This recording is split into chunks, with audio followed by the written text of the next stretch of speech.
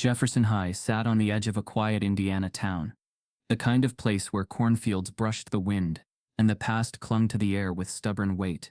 The school was large, brick-framed, proud in structure but narrow in its culture. Hallways were lined with faces that looked similar, voices that carried the confidence of belonging, and patterns that had never been interrupted by real diversity. Out of nearly 800 students, barely a handful were black. Their presence felt less like inclusion and more like a footnote the district used in brochures.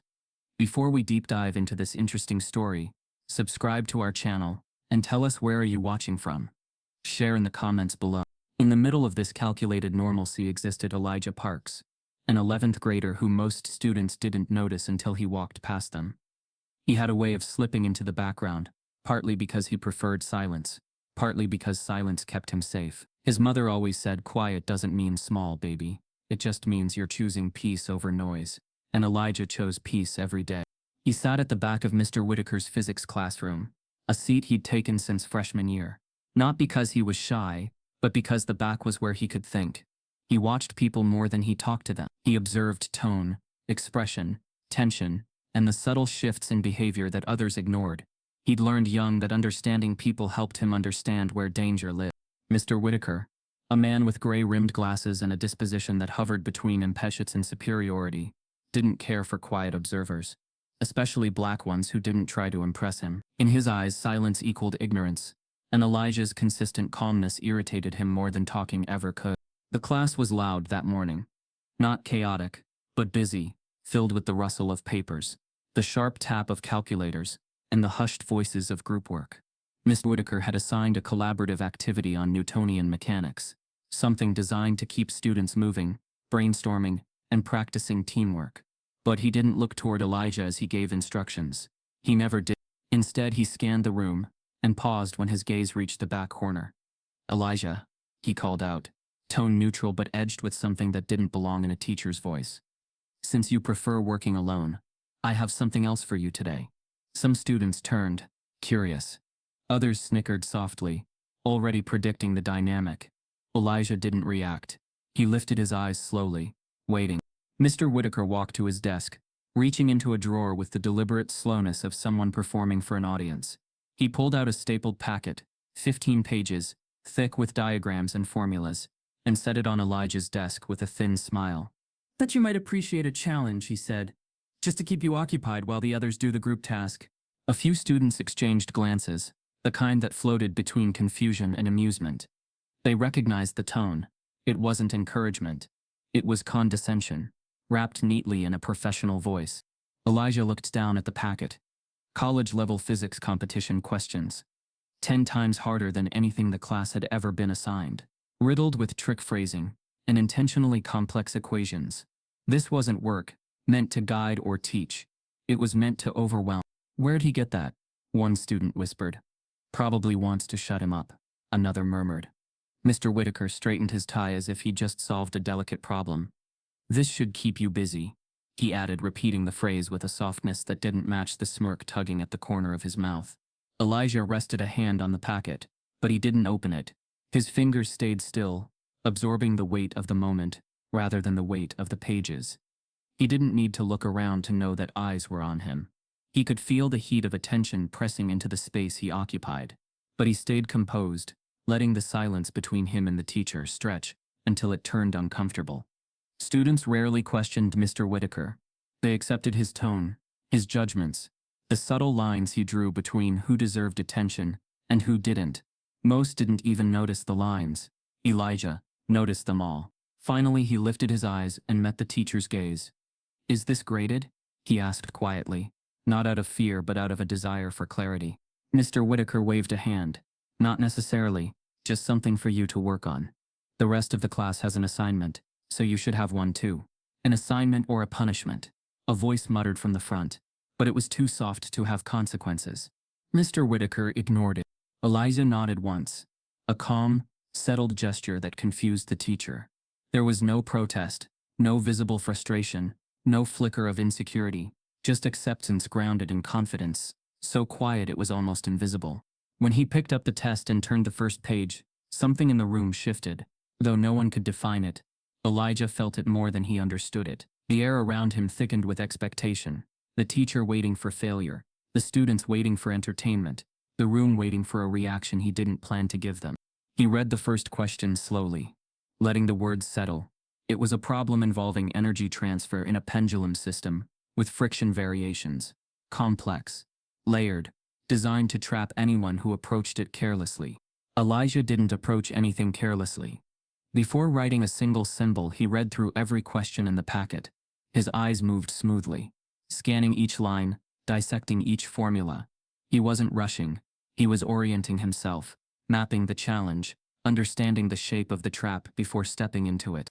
He set the packet down and exhaled once, steady and centered. He reached for the pencil that had rolled near the edge of his desk. As he did, the classroom door cracked open, and a teacher from down the hall slipped in quietly. "Whitaker," she whispered, "did you really give him that?" Her name was Ms. Hanover, a younger science teacher with a tendency to speak before censoring herself. She glanced at Elijah, then back at Whitaker, her expression carrying a question she didn't dare voice fully. "It's fine," Whitaker murmured. He wasn't engaging with the group. "Still," she said under her breath, "that's not even part of the curriculum." Whitaker shrugged. "He'll be done in 5 minutes. Or not at all. Either way, he's occupied." She gave him a look, something between disappointment and quiet disagreement, then slipped back out. Whitaker returned, monitoring the class, but every now and then his eyes drifted back to Elijah, waiting for the slump of shoulders, the furrow of confusion, the inevitable pause that would confirm his expectations. But Elijah didn't give him any of that. He placed the pencil neatly on page 1. His posture was steady, his breathing unshaken, and his gaze sharp. His fingers curled around the pencil with care, the way a musician handles an instrument before the performance begins. He wasn't intimidated. He wasn't overwhelmed. If anything, he looked ready. Still, there was no sense of triumph on his face.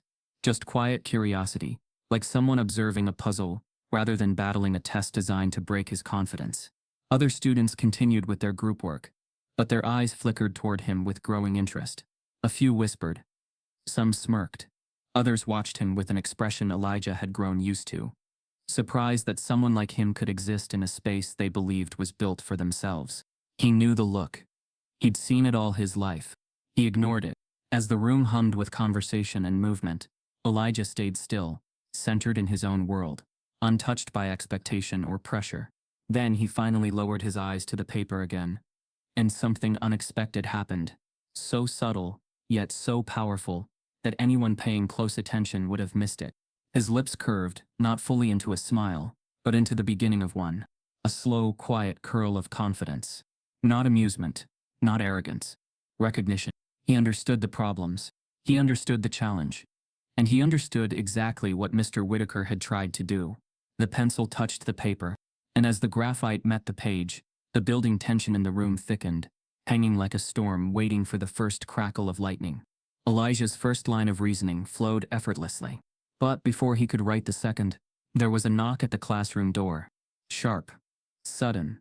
Out of rhythm with everything. Every student turned. Even Mr. Whitaker felt a strange pulse of unease. The door opened slowly, and someone stepped inside. Someone who wasn't supposed to be there. Elijah's pencil hovered midair as his eyes lifted from the test, landing on the unexpected figure in the doorway. Just as that faint smile on his face deepened into something sharper, something no one in the room could yet understand. The knock that interrupted the classroom in the previous moment had not come from nowhere. Its origin had been brewing hours earlier, long before Elijah ever touched the pencil, now hovering above the physics test. The story of that moment didn't begin in room. It began in the teacher's lounge, a room humming with stale coffee, fluorescent lights, and conversations that carried far more weight than any of the teachers realized. That morning, the lounge held its usual cast: tired instructors, half-awake coaches, and veteran staff who knew every weakness in the school system and learned to live around them. Someone had microwaved leftover pasta, filling the air with a smell that didn't belong at 9:30 a.m. Papers rustled, chairs squeaked. A news channel played softly in the background, muted but distracting. And at the center of all this sat Mr. Whitaker. He was leaning against the counter, stirring sugar into his coffee with deliberate slowness, as if the swirl of the spoon clarified his thoughts. He didn't look rushed. He never did. Instead, he carried the self-assured calm of someone who believed he always had the highest ground. He didn't wait long before speaking. "You ever notice how that Parks boy just stares into space?" he said, his voice low but immediately catching attention. "Every single day, eyes fixed on something that isn't even in the room." Miss Hanover, who was pouring herself water, glanced up. "Elijah? He's quiet, but I mean, he does his work." Whitaker gave a dry laugh. "Does his work? Come on. Half the time he's not even listening. I could be teaching quantum tunneling or reciting baseball stats and he'd look exactly the same." Coach Daniels, hunched over a protein bar at the table, chimed in with amusement. "Maybe he just doesn't get what you're saying." Whitaker shrugged. "Exactly my point. It wasn't the words themselves, simple, careless, dismissive. It was the tone behind them. The kind that suggested he'd made up his mind long ago and was now only confirming it aloud." At one of the back tables sat Ms. Braun, the AP chemistry teacher, grading quizzes with her red pen clicking occasionally. She was the type who saw students beyond their test scores, their eagerness, their hesitation, their unseen potential. Elijah had always struck her as someone whose silence wasn't emptiness, but depth. She didn't interrupt the conversation yet, but her eyes narrowed just slightly when she heard his name. Whitaker continued, speaking louder now that he had an audience. "I'm thinking of giving him something else to do today. The class has group work, and he doesn't exactly thrive in that environment." "Why not?" asked Mr. Vogel, the history teacher. "Kid seems harmless enough." Whitaker leaned in, lowering his voice with mock discretion. "He slows the group down.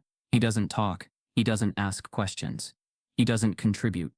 So instead of letting him sit there doing nothing, I figured I'd give him something appropriate." Ms. Braun finally looked up. "Appropriate meaning what?" Whitaker reached into his leather satchel. The zipper rasped like a warning.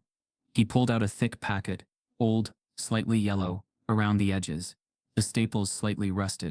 "This." He set it on the table with a thud. Coach Daniels squinted. "What's that?" "Physics competition test," Whitaker said, tapping the cover page with a smug grin. "From years ago. College-level difficulty. Most of our seniors couldn't get through the first 2 questions." Ms. Braun stiffened. "Then why give it to him?" "Because," Whitaker said, "it'll keep him from disrupting real learning." The words echoed in the small lounge, ugly in their implication, but delivered with such casualness that no one except Miss Braun looked disturbed. Whitaker elaborated with a light laugh. "I mean, he's always zoning out anyway. Might as well give him something to stare at." A couple teachers chuckled. Someone muttered, "That'll shut him up for a while." Ms. Braun's jaw tensed. "You're assuming he won't be able to do it." Whitaker raised an eyebrow. "He won't." "How do you know?" she asked, voice soft but steady. "Because I've taught long enough to recognize when a student is out of his depth," he replied. "Especially one who never engages." He didn't have to say more. The undertone was loud enough to be felt. They didn't see Elijah as brilliant. They didn't even see him as average. They saw him as incapable. A student whose silence equaled ignorance. A student whose difference equaled deficiency. Miss Braun swallowed her frustration, choosing silence over confrontation. The room's energy was stacked against her. The staff here valued hierarchy, not fairness. And pushing back against Whitaker only painted a target on your back. Still, something twisted inside her chest. The packet on the table wasn't a challenge. It was a punishment wrapped in academic disguise. Whitaker checked his watch. "Anyway, I'll give it to him right after the bell. He'll be so busy drowning in that thing, he won't even notice the rest of us working." Coach Daniels snorted. "Man's giving a kid an MIT exam just because he's quiet." Whitaker shrugged again, unbothered. If he wants to sit there pretending to understand the basics, let's see how he handles the advanced stuff. The conversation drifted then, onto sports scores and administrative updates. But Ms. Braun was no longer listening. Her mind was on Elijah. The way he walked the halls unnoticed. The way teachers underestimated him without ever speaking to him. The way his potential flickered beneath the surface, like a lantern trapped under heavy cloth. Something about Whitaker's plan made her chest ache, not from fear but from recognition. She had seen this pattern too many times in her career. Black students labeled as uninterested, unmotivated, incapable before anyone bothered to understand them. Before anyone gave them a chance. She closed her laptop quietly and slipped out of the lounge, unable to sit in that atmosphere any longer. By the time she reached the science wing, the bell had already rung. Students were settling into their classrooms, She passed open doors, glimpsing moving bodies, shuffling textbooks, fragments of lessons kicking off. But when she approached room 206, something made her slow her steps. She wasn't scheduled to observe that class. She wasn't assigned this hallway. She didn't have business there. But her intuition tugged at her. The same intuition that had saved kids before. The same intuition that told her something about Elijah wasn't what Whitaker assumed. She stepped closer, her shoes silent on the waxed floor. The hall was quiet now, just the hum of ventilation and distant chatter from other rooms. Through the narrow glass panel, she saw Whitaker by the whiteboard giving instructions. Students shuffled into pre-assigned groups, pushing desks together. Then she saw him, Elijah, in his usual seat at the back. She watched as Whitaker approached him with rehearsed calm, dropping the thick packet in front of him like a gauntlet. She watched the brief smirk, the flicker of condescension, and she watched Elijah simply receive it. No protest, no confusion, only a calm acceptance that unsettled her. She lingered a moment longer, unable to walk away. Elijah flipped the test open. He read a page, then another, then another. His eyes sharpened, not widened, sharpened. His pencil touched the first line. Miss Braun leaned closer, breath tightening. He wasn't confused. He wasn't overwhelmed. He was calculating. And in less than 10 minutes, he was already moving to page 6, already structuring complex vector analysis, already sketching diagrams with speed she hadn't seen even among her top AP students, already halfway through the impossible packet, meant to break him. Her pulse kicked, her throat tightened, her chest swelled with something fierce, something electric, something that made her question everything the faculty assumed. He wasn't drowning. He wasn't struggling. He was thriving. She whispered under her breath. Oh my God. Just then, Elijah paused, pencil hovering, sensing something. He lifted his head slightly, and his eyes flicked toward the door. But before their gazes met completely, Whitaker stepped into her peripheral view. He walked toward Elijah's desk, confusion flickering across his face as he caught a glimpse of the pages filled with detailed equations. And at that exact moment, Ms. Braun's heart jolted as she realized Elijah wasn't just halfway through the test. He was correcting one of the flawed questions Whitaker had never noticed, rewriting it neatly in the margin. Elijah Parks never asked for attention, and the truth was, he rarely got it. Not the kind that mattered. He moved through Jefferson High like background music in a room full of noise, present, rhythmic, quietly essential, but never acknowledged. While the rest of the school buzzed about sports, TikTok trends, or prom themes, Elijah found rhythm in the silence most people ran from. His days were deliberate. His eyes were patient. His footsteps carried purpose, even if no one ever asked where they were taking him. To understand what he was doing in that moment, pencil scraping against a paper that was meant to break him, you had to know what shaped him long before Mr. Whitaker's smirk and that bitter packet of equations. Elijah was raised by his mother, Desiree Parks, a nurse who worked night shifts at St. Anselm Hospital, and came home each morning smelling like antiseptic and exhaustion. Their house was small but stable. 2 bedrooms, 1 flickering porch light, and a bookshelf that had grown from a cheap garage sale find into a shrine to knowledge. There were no video game consoles in Elijah's room. Not because they couldn't afford them, but because they never felt like tools that matched who he was. Instead, his shelves were crowded with textbooks, old Scientific American magazines, and library cast-offs he'd rescued from donation bins. Books on particle theory, gravitational waves, time dilation. Books no one expected a black 10-year-old in Indiana to even glance at, let alone understand. By the time he turned 12, Elijah had already read Hawking's A Brief History of Time twice. Not because a teacher assigned it, not because someone told him it would look good on a resume, but because it made sense to him. It quieted the noise. It made the world feel like it could be understood. And yet, despite his brilliance, no teacher ever asked to see more. His first-grade teacher said he struggled with focus because he finished work early and stared out the window during phonics. His third-grade teacher marked him as disengaged because he preferred reading to participating in the classroom's career dress-up day. By 5th grade, one teacher praised him in parent conferences, and then added, "But he's not leadership material. He's just a quiet kid." Quiet followed him like a label he couldn't peel off. Average became the assumption when no one looked deeper. Distracted was the word when he didn't smile in class or raise his hand for attention. But Elijah wasn't distracted. He was absorbing everything. And most of what he absorbed, silently, painfully, was that his skin changed how people saw his potential. His test scores were never low. In fact, he often ranked near the top, but no one nominated him for academic competitions. No one ever told him he might have a future in engineering, or math, or research. His name was never called for science fair invitations, even though he submitted designs that outperformed his peers. Instead, teachers offered comments like, "You're doing fine. Keep it up. Stay focused." Never, "What do you want to do with this talent?" Never, "How can we support your growth?" No one asked why he spent every lunch sitting alone in the library, working through MIT's OpenCourseWare problems on a borrowed Chromebook. No one ever noticed that he didn't miss a single day of school, not because he feared consequences, but because he couldn't afford to miss a moment of what little he was given. Even his classmates stopped seeing him. To them, Elijah was that quiet kid in the back. Not a threat, not a friend, just background. The truth was, racism hadn't screamed at Elijah through slurs or violence. It whispered in subtle dismissals. It wore khaki slacks and held clipboards. It shook hands at open houses and smiled too widely in group photos. It came in the form of being overlooked again and again, until the world convinced you that your existence was meant to be small. Elijah learned not to wait for permission. He knew that being brilliant wasn't enough. He had to be undeniable. So he worked in silence. Every night, while his mom napped between double shifts, he solved differential equations on printer paper. He built solar circuits from discarded parts. He watched YouTube lectures from professors who would never know his name. He never asked to be exceptional. He just refused to be invisible. But the world made that hard. There were times he wondered if he'd ever be noticed. Not the kind of notice that came from confrontation, but the kind that saw who he truly was. A mind pulsing with questions.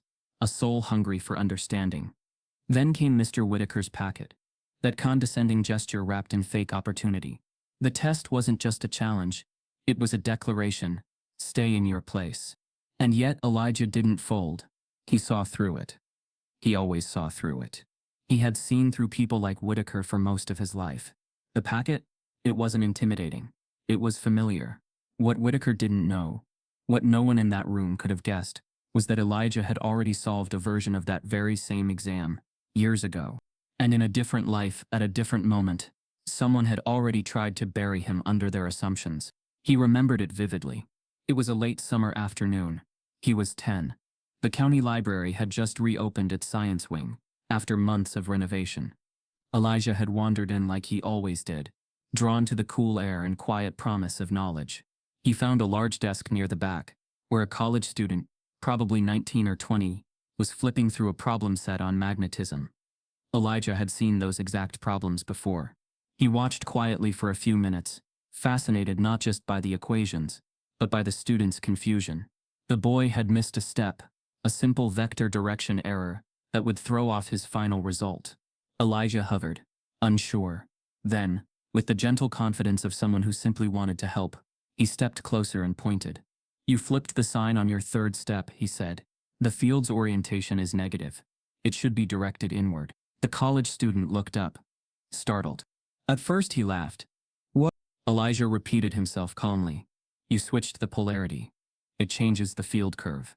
The student stared, blinked, then scanned his paper. Realization dawned.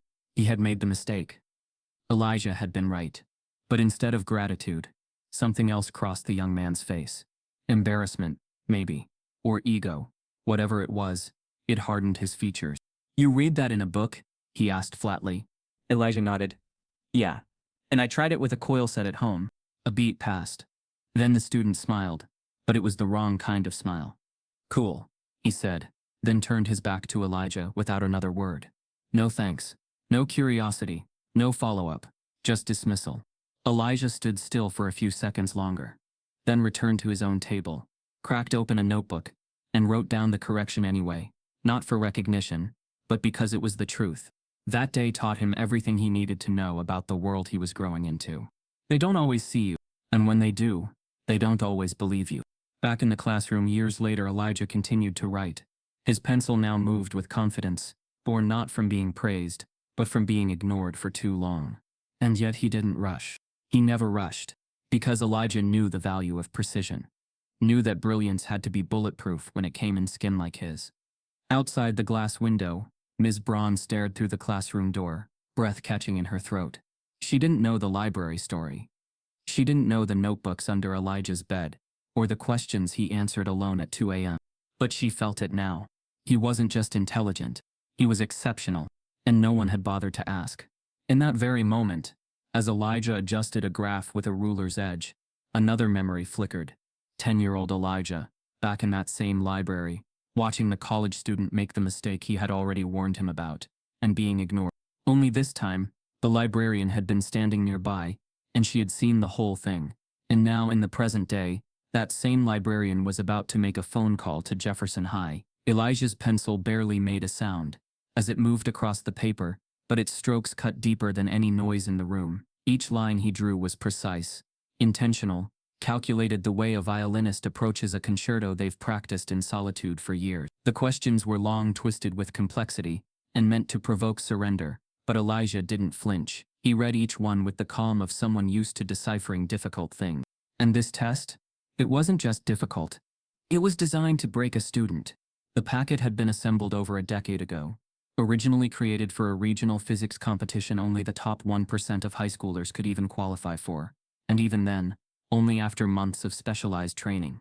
The questions pulled from early MIT entrance materials, riddled with conceptual traps and obscure variables, stacked with intentionally misleading phrasing. It wasn't just about getting the right answer. It was about surviving the psychological war the test waged on your confidence. Each page introduced a new level of frustration, problems that required knowledge of Lagrangian mechanics, questions using notation most high school students had never seen, vector fields built to collapse if a single sign was missed, and tucked in between, subtle red herrings, calculations that seemed correct until the very last step unraveled everything. It was academic sabotage dressed as enrichment, and it had been handed to Elijah like a toy meant to keep a child occupied. In Whitaker's words, "He won't get past the first page." He had muttered those exact words to Ms. Hanover just 10 minutes ago. With a smug little chuckle, he'll stare at it, maybe scribble something, then sit quietly like always. It's perfect. He didn't even try to hide the satisfaction in his voice. But inside room 206, the reality unfolding was far more uncomfortable than he expected. Because Elijah wasn't staring. He wasn't scribbling nonsense or leaving blank spaces like Whitaker predicted. He was solving. And it wasn't just guesswork.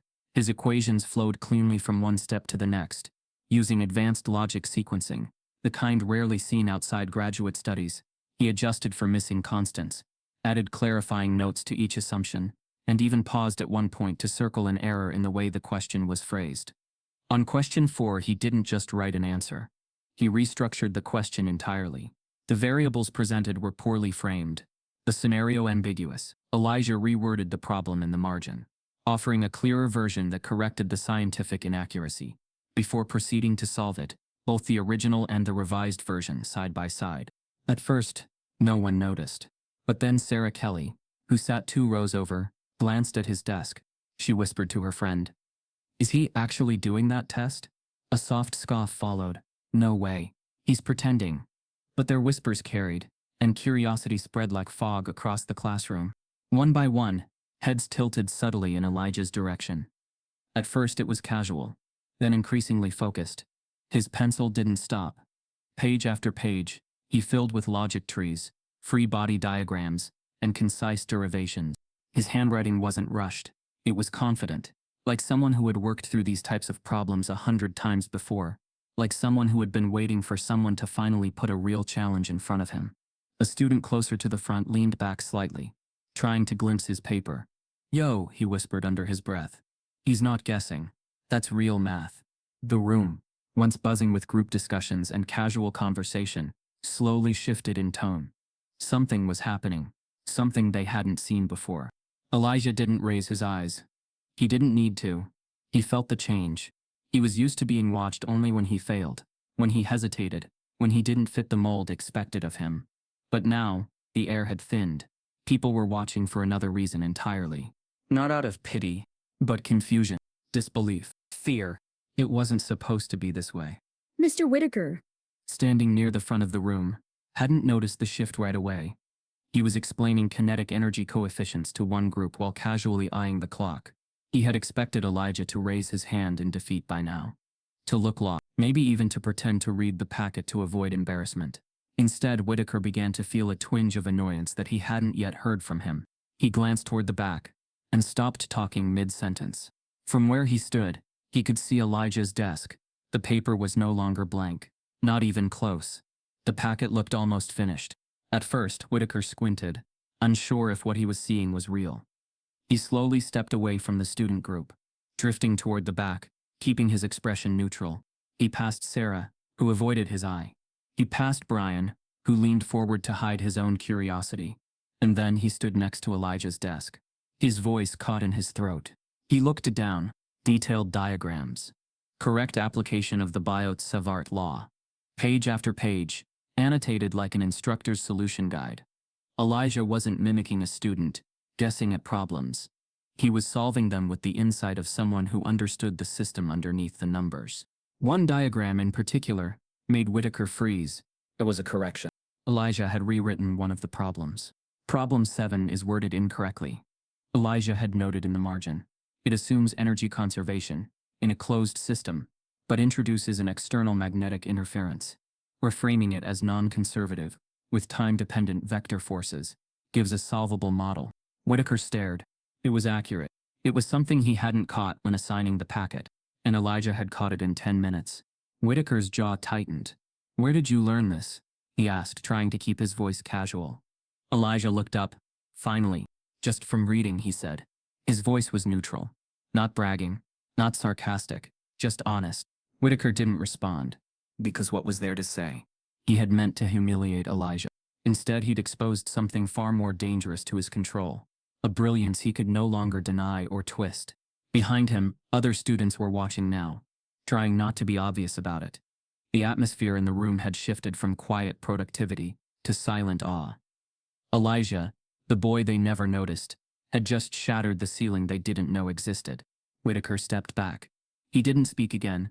He simply walked toward his desk and sat down, for the first time feeling like he had lost control of the room. And just as he sat, the door opened. Not a knock. This time, it opened without warning.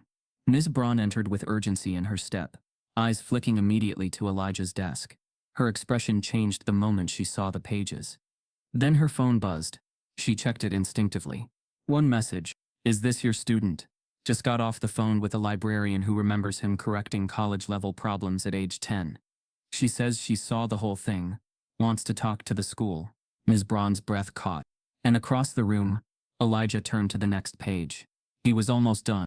Just then, Elijah paused and began rewriting another question, whispering to himself, "This setup doesn't work without adjusting for relativistic mass." And Whitaker, watching from behind his desk, realized with a chill that he wasn't just witnessing a smart student solve a test. He was watching a genius rewrite the curriculum and expose how much he, the teacher, had never understood. The second hand on the classroom's analog clock ticked in exaggerated rhythm, slicing the room into tense seconds. At the front, Mr. Whitaker sat motionless behind his desk, one elbow propped, fingers locked under his chin. He hadn't looked up since Elijah rewrote the second flawed question with a level of clarity he himself hadn't been able to produce.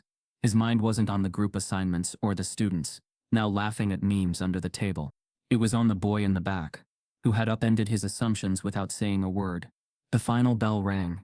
Sharp, shrill. It echoed down the linoleum hallways of Jefferson High, signaling lunch break, a much-needed pause in the mechanical flow of academic routine. Chairs scraped, backpacks zipped, students gathered their papers with typical end-of-period urgency. Conversations bloomed, half-whispers and laughter flooding through the doorway before feet even hit the hallway tiles. But Elijah didn't move. He didn't pack his things. He didn't stand. He turned another page, pencil still gliding across the paper. Mr. Whitaker noticed. "Class is over, Parks," he said flatly. Elijah didn't look up right away. He finished writing a formula first, then finally raised his eyes. "Can I finish it during lunch?" he asked. Whitaker blinked. It wasn't the question that threw him. It was the way Elijah asked it. No nervousness, no hesitation, just calm, like someone who already knew the answer, and simply offered a courtesy. "Sure," Whitaker said, voice clipped. "Knock yourself out." It was meant to sound sarcastic, but it landed soft, a thin, fraying thread of control in a room that no longer belonged to him. The door closed behind the last student, and Elijah remained, alone now, with silence and a test designed to crush him. He shifted in his seat, adjusted the edge of his page, and continued. The classroom emptied of bodies, but it brimmed with a tension that refused to lift. He worked like a surgeon, calm, focused, hands steady. As the minutes stretched into the first half of lunch, the hum of the school cafeteria filtered faintly through the walls. Trays clattered, students shouted names, music played from someone's phone, but room 206 stayed frozen. Then came the quiet sound of a mop bucket rolling just outside the door. A janitor, a thin, wiry man named Reuben, stepped in with a mop balanced on his shoulder, expecting an empty room. When he saw Elijah, his eyebrows lifted slightly. He stopped, watched, said nothing. Something about the way Elijah moved, not rushed, not performative, made Reuben lower his mop without speaking. He leaned against the doorway for a moment, watching this lone student fill the air with an intensity it rarely saw. He recognized that look. Not confusion. Not struggle. That look belonged to someone who wasn't just taking a test, but testing the limits of the test itself. The janitor, who'd seen thousands of kids come and go over his 20 years, understood brilliance when he saw it. He stepped back out and continued down the hall, silently shaking his head, like he had just seen something the rest of the world would be too slow to believe. Inside the classroom, Elijah remained still. Time ticked. He paused once, scanning the next problem, then pulled out a blank page and began calculating momentum displacement over an electromagnetic gradient. There was a better method to solve it than what the test suggested. A more elegant derivation he remembered reading about in an old online forum deep in the archives of theoretical physics discussion boards. He applied that method. With precision, with care, with joy. He wasn't solving to prove anyone wrong anymore. He was solving because it reminded him who he really was. By the time students returned from lunch, Elijah was still there. A few paused at the door, eyebrows raising. Yo, he's still doing it? He's wild, man. Bro must be trying to get extra credit or something. But there was no mockery in their voices now, just disbelief and curiosity. Some part of them, the part that remembered all the years Elijah had sat silently behind them, was beginning to wonder, what else had they missed? Mr. Whitaker returned last, carrying a lukewarm cup of coffee he hadn't even wanted. He stepped in and immediately froze when he saw Elijah hadn't left. Still working, still writing. Whitaker cleared his throat. Lunch ended 10 minutes ago. Elijah didn't answer. He was finishing a final equation. Only when he was satisfied did he lift his eyes.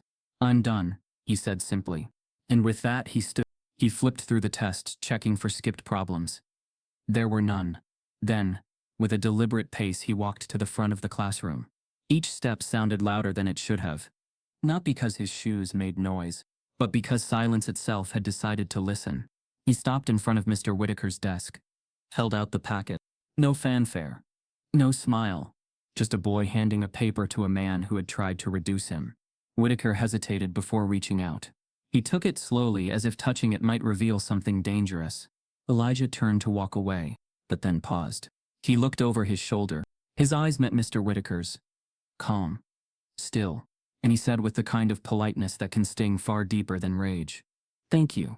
No sarcasm. No spite. Just confident. And then he walked away. Whitaker sat frozen, test in hand, unsure of what unnerved him more, the boy's intellect or his composure. At the door, Elijah paused briefly to adjust his backpack. From behind the glass, Miss Braun watched everything unfold. And at that exact moment, her phone vibrated again. She checked it instinctively, expecting a text from a colleague or an admin update. But the name on the screen made her stop. Dr. Franklin Rhodes. A name she hadn't heard in years. A name with weight. A name tied to one of the most respected black physicists in the country. She opened the message. It was short. I need to speak with someone at Jefferson High immediately. I believe you have a student named Elijah Parks. We've met before. He may not remember me, but I remember him. And I think it's time his story is heard. As Elijah disappeared into the hallway, unaware of what was now beginning outside that classroom, Ms. Braun stared at the message, heart racing. Because what Mr. Whitaker never knew was, Elijah wasn't just a student no one noticed. He was the protege of a man who once walked out of Harvard for refusing to hide his genius. And now, that man was coming back. Mr. Whitaker didn't head to the lounge immediately. He lingered in room 206 after Elijah had walked out, test packet in hand, heart thudding louder than he cared to admit. The classroom, once filled with the noise of group work and murmured confusion, was now silent. Too silent, the kind that made a man face things he'd spent years avoiding. The test in his hand weighed more than it should have. He kept flipping through it, page after page, half expecting to find a flaw, an error, anything that would disrupt the slow, horrifying realization settling in his chest. But every formula was sound, every diagram precisely rendered, every assumption supported, every correction explained. It wasn't just correct, it was impressive. Far beyond what he'd expected from any student in the school, let alone the quiet black boy from the back of the room he had all but written off. He told himself it couldn't be real. It couldn't be.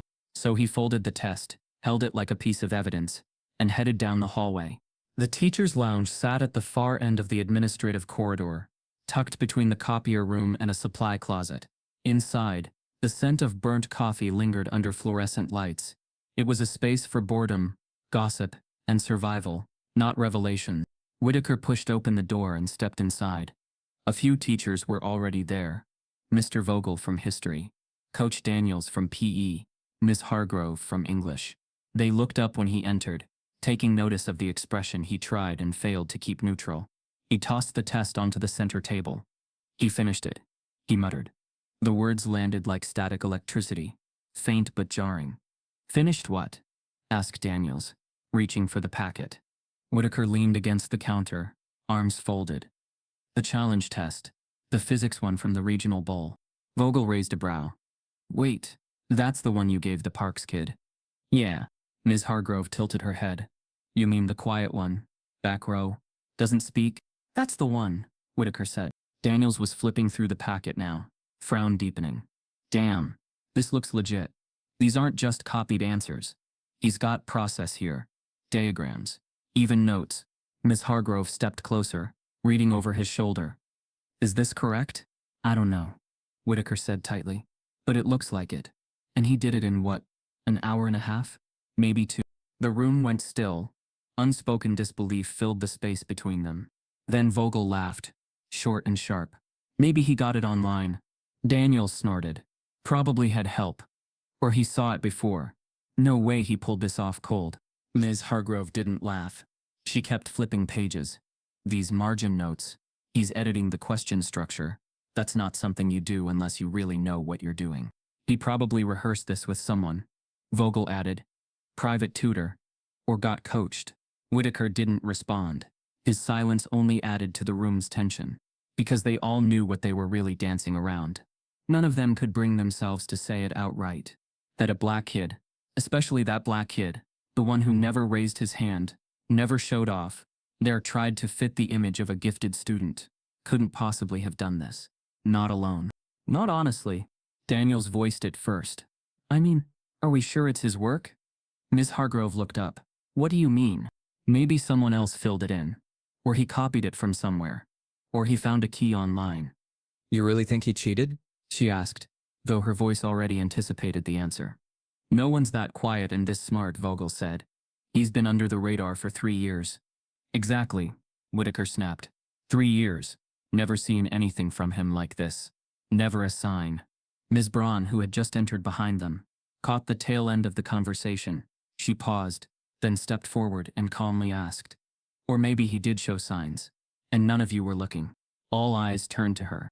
She walked to the table, picked up the test packet and flipped it open with careful hands.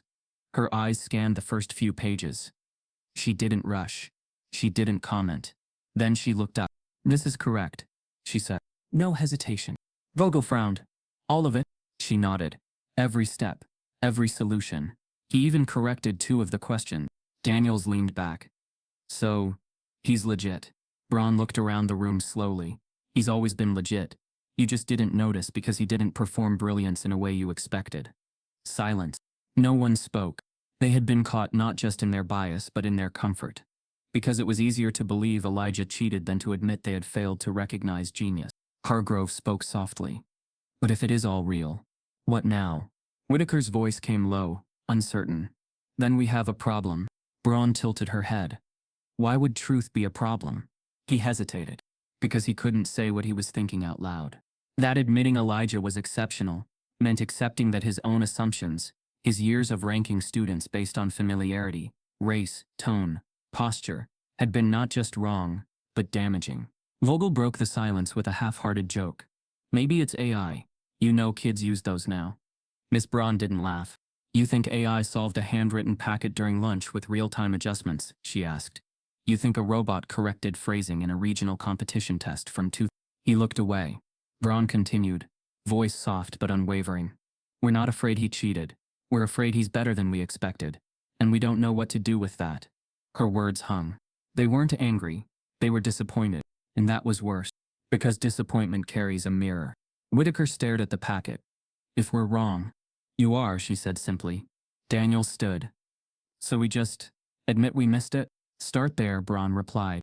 Another silence. Whitaker finally picked up the packet, tucking it back under his arm like a burden. I'll take this to Principal Harris, he muttered.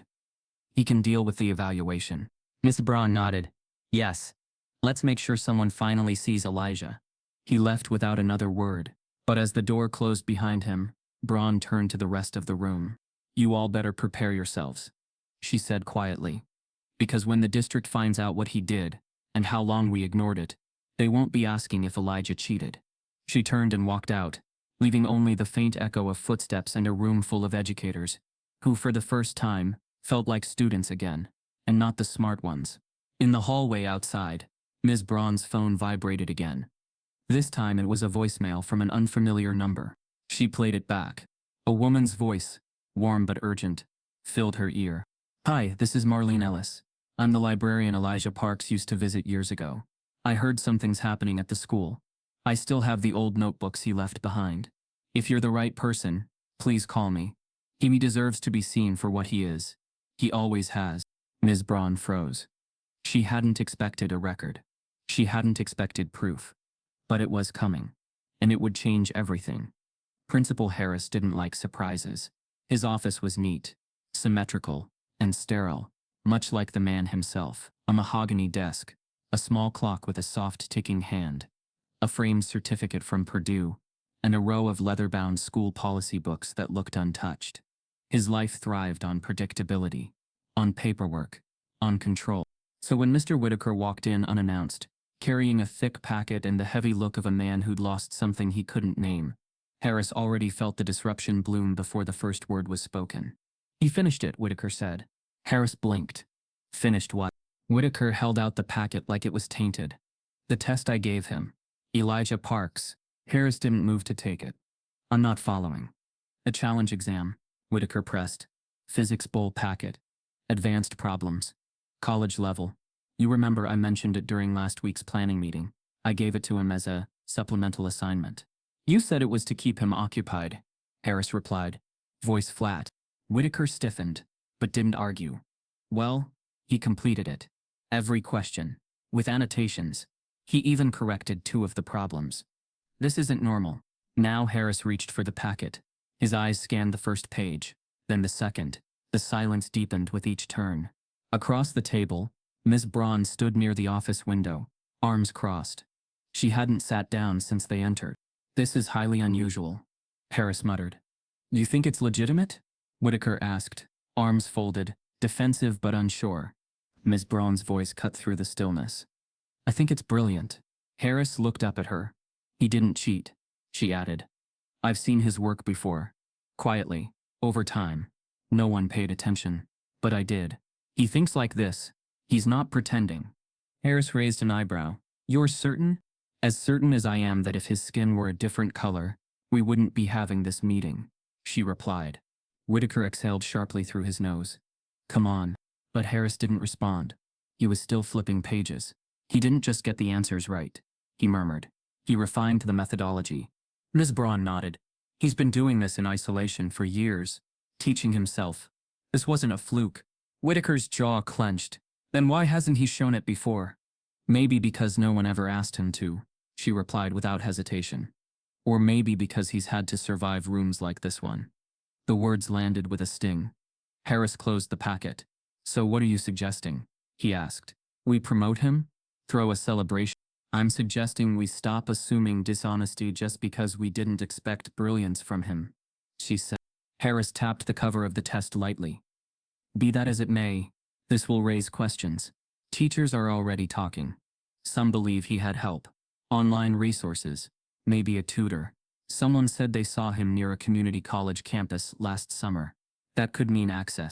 Ms. Braun scoffed quietly. Or it could mean he's trying to learn. Harris stood up. The conversation had begun to rattle the edges of his calm. This could turn into a district-level issue. Good, she said. Let it. Whitaker's voice dipped. I'm just saying, we need to be sure. Sure of what? Braun said, voice rising. That a black student didn't cheat just because he performed above our expectations. That he didn't cut corners, or steal answers, or trick us all into believing he's more than what we assumed. Harris raised a hand, signaling silence. Then he picked up the phone. Let's ask him, he said, dialing the front office. Moments later, Elijah sat in the chair across from Harris, shoulders straight, hands calm in his lap. He looked not nervous, not confused, just present. Harris offered a half-smile that didn't quite reach his eyes. Elijah, thanks for coming. I want to talk about the test. Elijah nodded once. We've looked through it, Harris said, folding his hands. It's impressive, very advanced material. Did you study these topics on your own? Yes, Elijah said.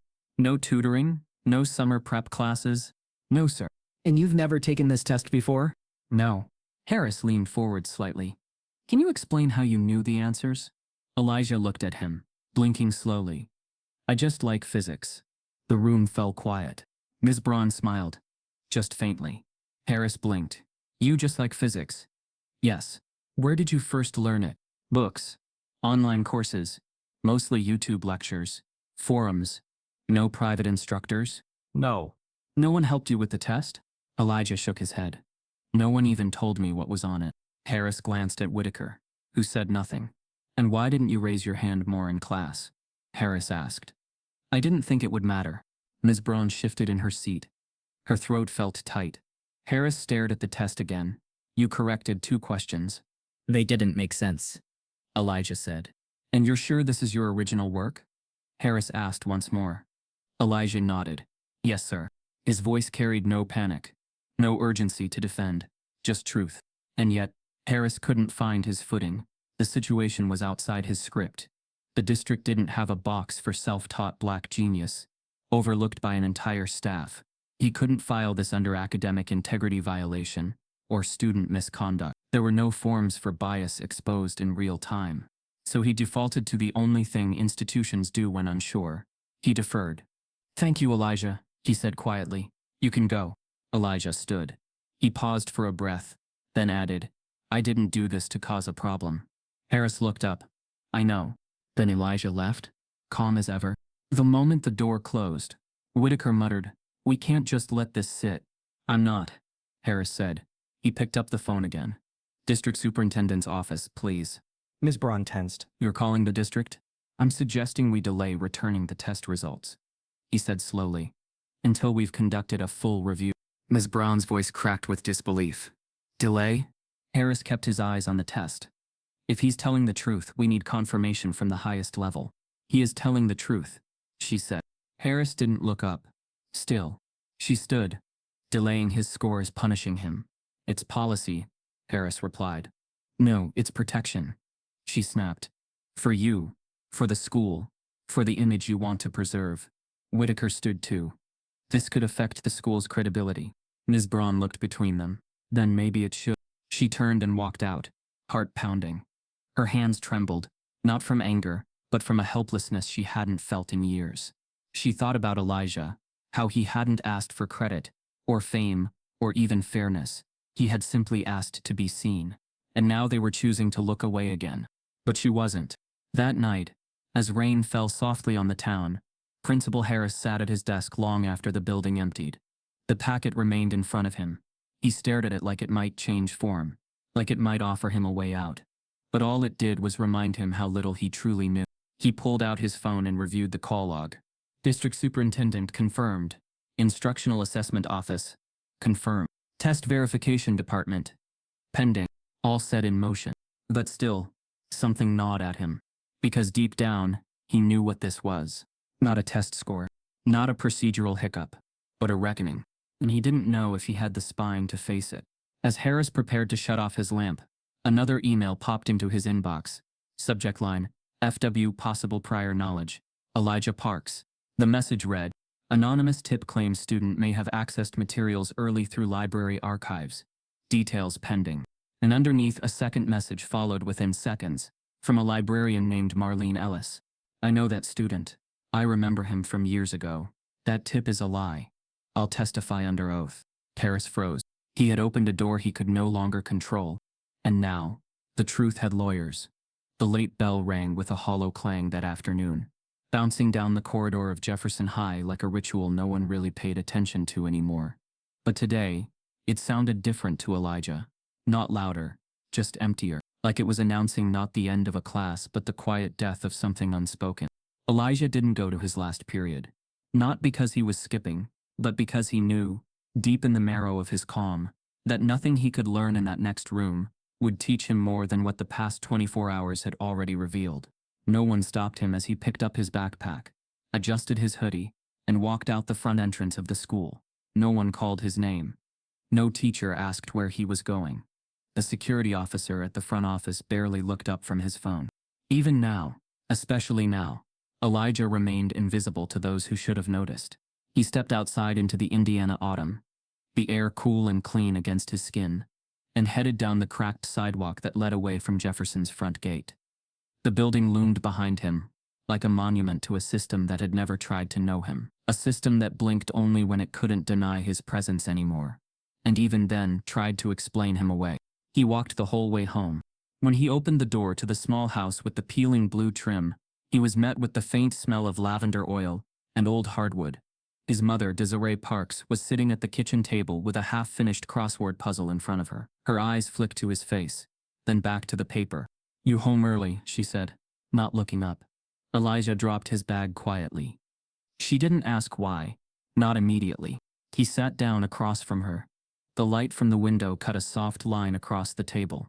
Outside, a neighbor's dog barked half-heartedly. Inside, Elijah's silence spoke more than words. He finally said it. They're holding the test. Desiree looked up. What? They're not giving me the grade. Principal said they need to verify. Said it was under review. Her eyes narrowed. Why? Because I got it all right. She leaned back slowly, arms folding over her chest. Let me guess. They think you cheated. Elijah nodded once. Desiree wasn't surprised. She didn't react with outrage, or confusion, or shock. Just a slow, tired sigh, like someone who had already lived this outcome 100 times in her head before it ever arrived. They don't want to believe in you, baby, she said. Not really. Elijah didn't answer. He didn't need to. His silence wasn't agreement. It was exhaustion. She reached across the table and touched his hand. Her fingers were warm and strong. That kind of truth scares people, especially when it comes in a body like yours. He looked at her. Steady. I didn't even want them to notice me. They didn't, she said, until you stopped fitting into the box they made for you. That night, Elijah sat at his desk in his room, not to study, but to think. The test was done. The answers already written. The truth already present. But truth didn't always speak for itself. Sometimes truth had to fight through layers of perception before it could be believed. And sometimes, people would rather believe anything else. The next morning, Jefferson High felt colder. Students passed Elijah in the hall without speaking, but not without noticing. Their eyes flicked toward him, then away. Some whispered after he passed. Others glanced at their phones. Rumors slippery and fast had already spread. He stole the test. He got the answers from some old dude who works at a library. I heard his mom forged it. Nah, he used AI, like wrote the code for it. By third period, Elijah had heard at least 6 different versions of how he hadn't really solved the test. None of them included the possibility that he actually had. No one asked him directly. And those who might have believed him didn't speak up. Belief in schools like Jefferson was a fragile thing, easily shattered by peer pressure, faculty silence, or the fear of being associated with the wrong narrative. Elijah sat through his classes as usual, his eyes focused but distant, his hands folded, his answers sharp but short. No teachers asked about the packet. No one brought it up. Whitaker walked past him during physics without a single glance. like he was trying to will the moment out of existence. But the silence was louder than confrontation. During lunch, Elijah found his usual spot outside, beneath the rusted metal overhang near the science wing, where the bricks were chipped, and the air always smelled faintly of damp leaves. He ate slowly, deliberately, his mind replaying the things they weren't saying aloud. The truth was out there, but it was buried beneath bureaucracy. Then, just as he finished the last bite of his sandwich, he saw Miss Braun. She was walking fast, her expression unreadable, her bag swinging at her side. She scanned the yard, spotted him, and adjusted course. There was urgency in her step, but not panic. "Elijah," she said, breath catching as she reached him. "You need to see something." He blinked. "What is it?" "Just come with me." He stood. As they walked back toward the main building, Miss Braun pulled out her phone and unlocked it with a swipe. She held it up as they neared her classroom. "It's from a woman named Marlene Ellis," she said. "She left a voicemail yesterday. She used to work at the city library. Says she remembers you." Elijah stopped walking. His chest tightened. "She said you used to come in when you were 10. Said you helped a college student with a physics problem." His eyes flicked to hers. "She said she's kept some of the notes you left behind. Said she still has the binder you used to write in." Miss Braun opened the email app on her phone and handed it to him. On the screen, the subject line read, "Elijah Parks. Archive evidence. 20." The body of the message was short. "I have detailed scans of a notebook this child used when he was 10 and 11. He solved problems most college freshmen couldn't. I've attached 3 samples. Let me know if more are needed. I kept them because I knew, one day, someone might try to discredit him." Elijah scrolled through the attachments. His own handwriting stared back at him. Smaller, shakier, but his equations, notes, even a scribbled correction to a quantum puzzle he hadn't seen since middle school. He was quiet. Braun waited. "I forgot I even left those," he said softly. "She didn't," Braun said. "She wants to testify." A long silence passed between them. Elijah nodded once. The moment didn't feel like triumph. It felt like something cracking open, a truth long buried, now refusing to stay quiet.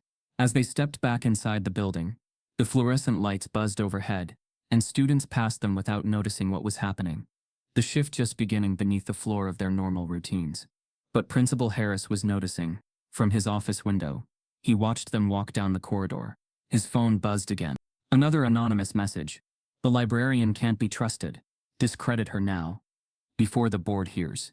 He stared at it, then deleted it. But he didn't know who had sent it, and that made it worse. Ms. Braun's phone buzzed again. A new email. She opened it and stopped mid-step. "What is it?" Elijah asked. She showed him the screen. Subject line, "Elijah Parks. Urgent online forum activity discovered. Physics Underground." The sender? The Jefferson School District Legal Department. Attached were screenshots. Anonymous users. All discussing one name. His. The conference room didn't look like a place where truth was welcomed. It looked like a space for conclusions. Already drawn, neatly dressed in policy. The Jefferson District building had polished floors and posters about inclusion on the walls. But nothing about the room felt inclusive. The chairs were arranged in a way that made Elijah feel cornered before he even sat down. At the far end of the long oak table sat 3 district officials. One from academic integrity, one from student affairs, and one from legal counsel. Their faces were carefully neutral, but their eyes carried the same skepticism he'd seen before. Just dressed in professionalism. Elijah sat alone at first, until the door opened and Desiree Parks walked in like a storm behind glass. She didn't sit quietly. She stood behind her son, hands on his shoulders, her stare daring anyone to speak sideways. "I'm staying," she said before anyone had a chance to object. The woman from Student Affairs gave a tight nod. Of course. Across the table, Principal Harris sat with his hands folded. Mr. Whitaker leaned back. One leg crossed over the other, fingers tapping slowly against the wood. Ms. Braun hadn't been invited. "Let's begin," said the man from academic integrity, flipping open a file. "Elijah, we're reviewing your performance on the Physics Bowl Challenge test." Elijah nodded slightly. "We have concerns," the woman from Student Affairs added. "It's rare for a student, particularly one without prior competition experience, to perform this well on such material." Desiree's eyes narrowed. "Rare doesn't mean impossible." The legal rep smiled diplomatically. "We just want to understand the circumstances." They turned their attention to Elijah. What websites did you use to study? The academic rep asked. I use YouTube, Elijah said. And online forums, physics stack exchange, some college lectures. Did anyone sit near you while you were taking the test? No. The classroom was mostly empty. I sat alone. Anyone give you hints? Help? Slides? No. Have you seen the test before? No. His answers were direct, steady. But with each question, the air grew heavier, not because of what he was saying, but because of what they weren't hearing. They weren't searching for truth. They were searching for a flaw, for a hole, for a misstep. They could point to and say, there, that's where he doesn't belong. Did anyone help you memorize formulae? Asked the student affairs rep. I didn't memorize them, I understand them. Mr. Whitaker finally spoke. He's being coached somehow. Maybe off campus. This level of clarity doesn't just appear. Desiree shot him a glare sharp enough to slice. And what level is that exactly? Whitaker didn't answer. But then he added too casually. It's not typical of someone like him. The room froze. Silence stretched thin. Desiree leaned forward, voice ice cold. Say that again. Whitaker looked down, but the words hung like fog. Someone like him. The phrase drifted into the carpet, into the walls, into the very foundation of a school system built on assumptions just like it. Elijah didn't flinch, but something in his chest tightened. The woman from Student Affairs coughed gently. Let's stay on track. Elijah, have you ever competed in science fairs? Robotics clubs? Any formal training? No. And yet you finished a test we used to qualify students for state-level physics teams, with top scores, without support. Yes. The legal counsel frowned. You understand how that looks to us. Desiree stood. It looks like my son is brilliant, and none of you were ready for it. But even she could feel how little that mattered here.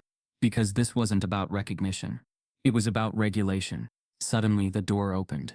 Miss Braun stepped in without knocking, holding a single sheet of paper in her hand. Her expression was sharp, eyes unblinking.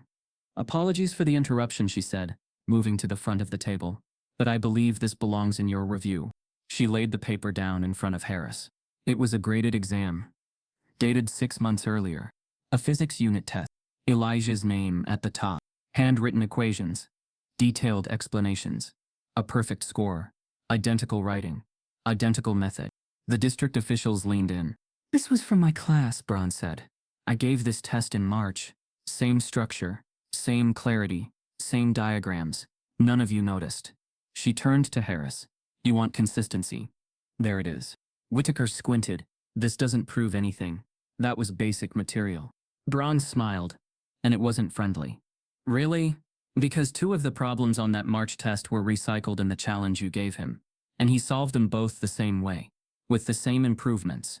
The student affairs rep blinked. Are you saying he's shown this capability before? Yes, Braun said flatly, repeatedly. But no one paid attention, because he didn't speak up, because he doesn't fit the image you're used to seeing. The legal counsel picked up the sheet. This changes our context. Harris stared at the paper in silence. Elijah didn't say a word. He didn't have to. The room had just been forced to admit what it had refused to believe. He'd always been this good. They just hadn't looked closely enough. Desiree exhaled slowly, her hand still on Elijah's shoulder. Braun crossed her arms. And if you need more examples, she said, I have 5 notebooks, 3 assignments, and a library witness who remembers him correcting college students at age 10. The silence returned. But this time, it didn't feel like accusation. It felt like reckoning. Before anyone could speak, Harris's phone buzzed on the table. He picked it up, scanned the screen, and froze. His voice, when he spoke, was thin. The district board, they've decided to launch a formal inquiry into faculty bias, into student profiling, into everything. And then he looked up. They're bringing in outside investigators. The walls of Ms. Braun's classroom had never held so much weight. After the interrogation, after the silence, and after Harris's reluctant announcement of a formal inquiry, the evidence lay scattered across her desk like puzzle pieces waiting to be reassembled. Every test, every notebook, every assignment, Elijah had quietly submitted over the past 2 years. Pages filled with equations and observations, neat handwriting, annotations in the margins that even she hadn't fully understood until now. She went through them again, with new eyes, same handwriting, same style of logic, same gentle corrections in the margins. Not for credit, but because his mind wouldn't allow him to let a flawed formula go untouched. It was there all along. The brilliance, not loud, not performative, just present, constant, undeniable. She snapped pictures of every page. She organized every date. And then she made a call she'd been holding off for years. Dr. Nathan Keller was a retired physics professor from Purdue University, once renowned for his work in quantum thermodynamics, now living quietly 2 towns over with a weathered chalkboard in his garage, and more honorary degrees than he had shelf space for. Braun had taken a summer course under him during her own college days. He was blunt, brilliant, and allergic to academic nonsense. She explained the situation briefly, over the phone. He said only, "Email me the test." She did. He called back an hour later, breath caught somewhere between disbelief and amusement. "Who wrote this?"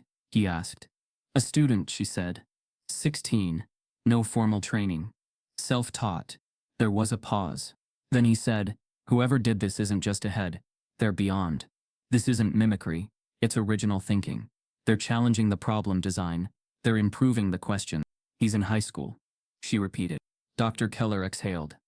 "Jesus Christ." She smiled. Not because of the praise, but because finally, someone outside the system was seeing what she had been trying to prove all along. "I'd like to meet him," Keller said. "If the school allows it." Braun nodded, already knowing the answer. "They won't." "They should," he said. Later that afternoon, Ms. Braun returned to the district office with a folder of new materials. She requested a sit-down with Principal Harris and the board's review liaison. The room was smaller this time, quieter, but the tension was still thick, like wallpaper that couldn't be peeled off. She laid out the documents with steady hands. "This," she said, "is proof." She showed them the side-by-side comparisons, Elijah's midterm and the challenge test. Handwriting identical, problem-solving approach consistent. And Dr. Keller's signed review, printed on Purdue letterhead, attached to the front. "He reviewed the test," Braun said. "His conclusion? Elijah's understanding exceeds high school curriculum, and his logic matches his earlier work dated, graded, and archived here at Jefferson." The board liaison frowned. "Dr. Keller's retired, which means he has no institutional reason to lie," Braun said. "He read the work. He validated it." Harris rubbed his temple. "We're not saying the boy isn't talented." "But?" Braun asked sharply. The liaison hesitated. "This is sensitive. If we go public and it turns out there was any help." "There wasn't," Braun interrupted. "Even so," the liaison continued, "we'd need more than one professor's opinion.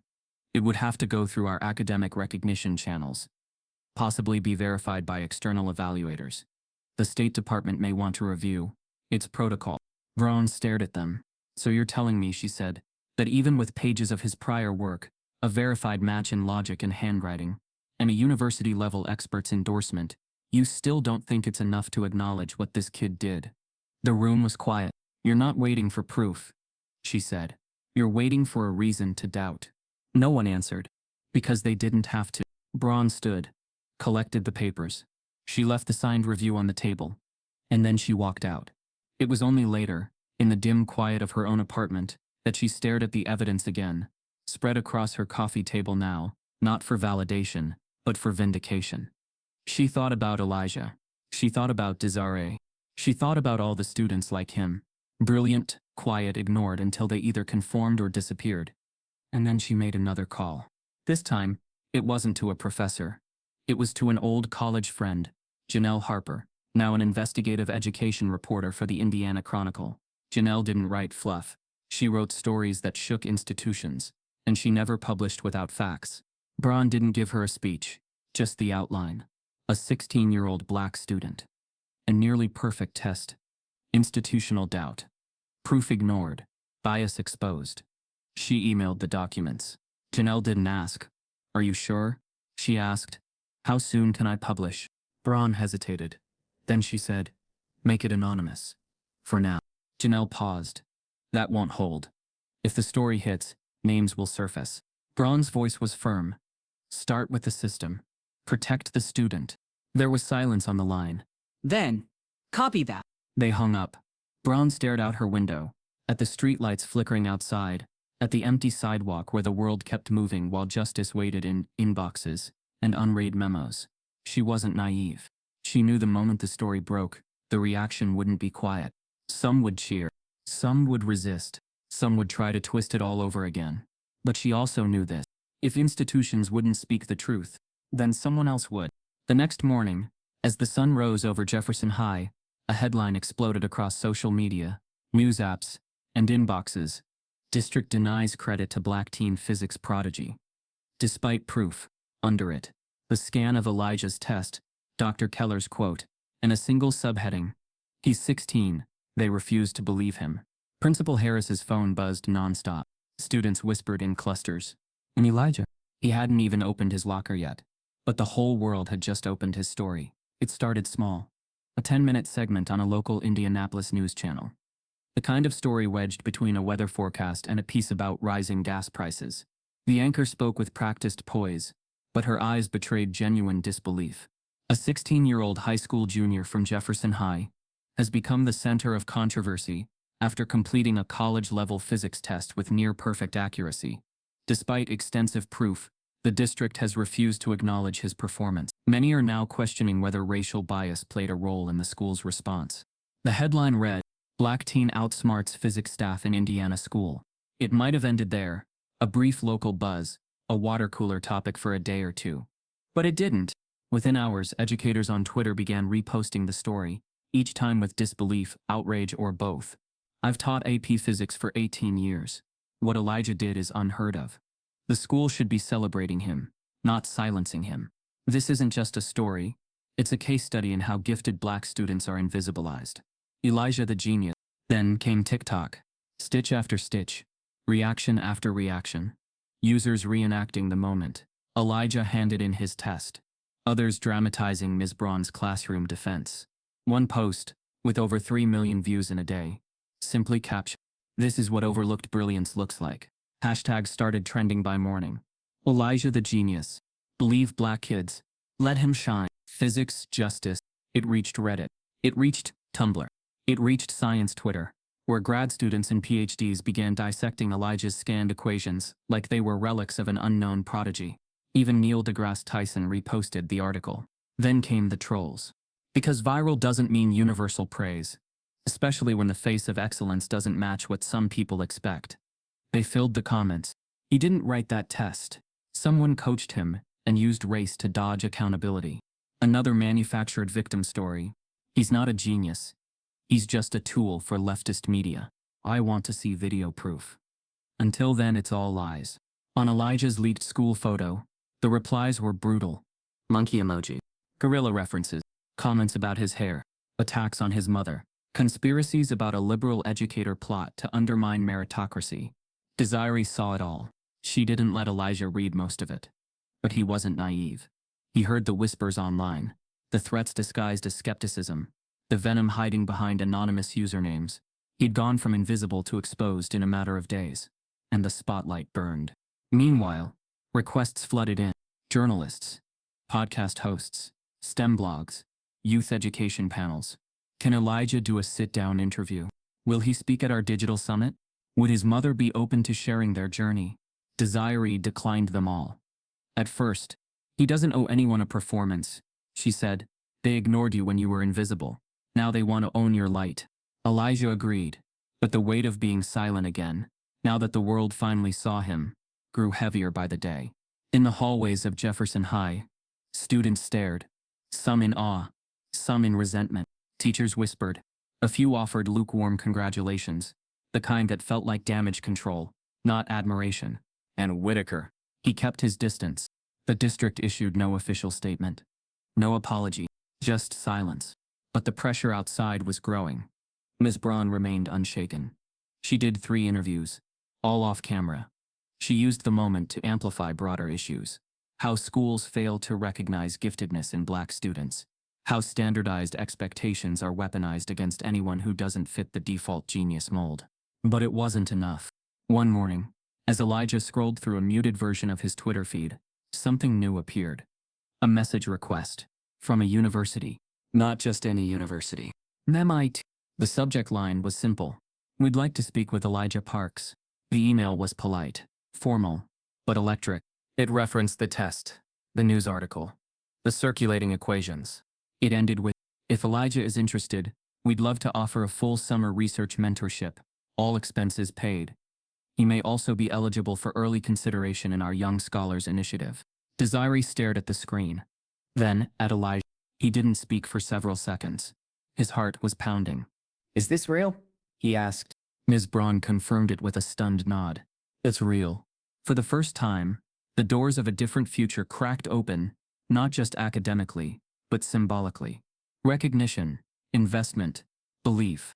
But as the hope began to bloom, another email landed. This one, not to Elijah. It came to Jefferson High's administration, from the district's legal team. Subject: external engagement restrictions. Elijah Parks. The memo warned staff about engaging with outside institutions while the inquiry remained open. It suggested that no third-party opportunities be discussed until academic integrity investigations are formally closed. It didn't mention MIT by name, but it didn't need to. Principal Harris called Miss Braun in. "I'm being told to stand down," he said, voice low. "All communication must go through the district." Miss Braun's jaw tensed. "You're blocking MIT. They're not saying no. Just not yet." "But you are saying no," she snapped. "You're saying, let's hold his future hostage until we clean up our mess." Harris looked exhausted. "It's not my call. It never is with you," she said. "That's the problem." She left his office without another word. That night, Elijah sat on the edge of his bed, rereading the MIT email on his cracked phone screen. His chest ached, not from anger, but from the sharp pull of something more painful. The next morning, MIT sent a second email, this time to Desiree. "We'd like to arrange a private Zoom call, directly. No school involvement necessary." And underneath, a note from the program director. "We saw the district's response. Let us be clear, we don't need their permission to see your son's potential. The internet doesn't forget. But worse, it doesn't forgive success from someone it was never prepared to celebrate." Within a week of the MIT email leak and the Chronicle's investigative follow-up, the attention around Elijah's story reached a boiling point. What had begun as a story of brilliance denied was now consumed by a different fire, one lit by resentment, fueled by racism, and fanned by algorithms that didn't care what they were amplifying. At first it was just online hate, but then it grew teeth. A tweet went viral, falsely claiming Elijah's test was run through ChatGPT, accompanied by fake screenshots of code and doctored timelines. The post got tens of thousands of likes and comments. Then came a Reddit thread, over 2,000 replies deep, dissecting Elijah's test answers, claiming a high schooler couldn't possibly think like this unless someone coached him, or he had access to insider material. And then, the doxing. His address leaked. Photos of his house circulated. Someone posted his mother's Facebook profile, mocked her job, insulted her clothes, accused her of raising a grifter. Comments flooded in. "Hope someone teaches this liar a lesson. Time to put that genius brain to the test. Let's see how smart he is when he's scared. I smell a fake, or worse, a setup." Every platform, every post, every glimpse of Elijah's face turned into a lightning rod. He shut down his accounts, but they still found him, on forums, on discords, even in his online science groups, places where he used to quietly ask questions and share theories. Trolls followed. He became the symbol of everything they hated, not because of what he did, but because of who did it. At Jefferson High, the atmosphere thickened like storm clouds refusing to break. The administration said nothing. No public defense. No official statement of support. Instead, they repeated the same scripted line, "The matter is still under internal review. We ask that the public respect the process." But silence was its own statement. Students noticed, teachers whispered, and outside, the narrative twisted again. Parents, emboldened by the online chaos, began showing up to school board meetings, demanding transparency and accountability. One mother shouted, "My daughter studies every day and doesn't get that kind of attention. Why is he special?"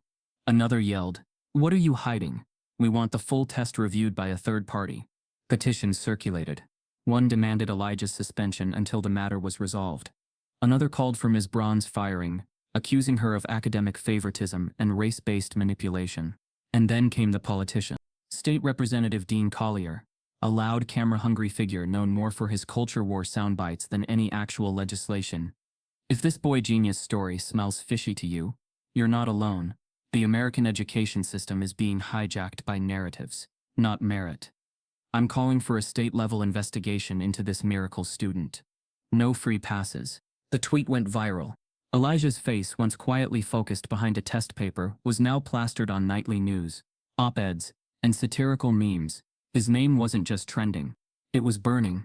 At home, Desiree Parks pulled the blinds tighter. She kept her phone on silent.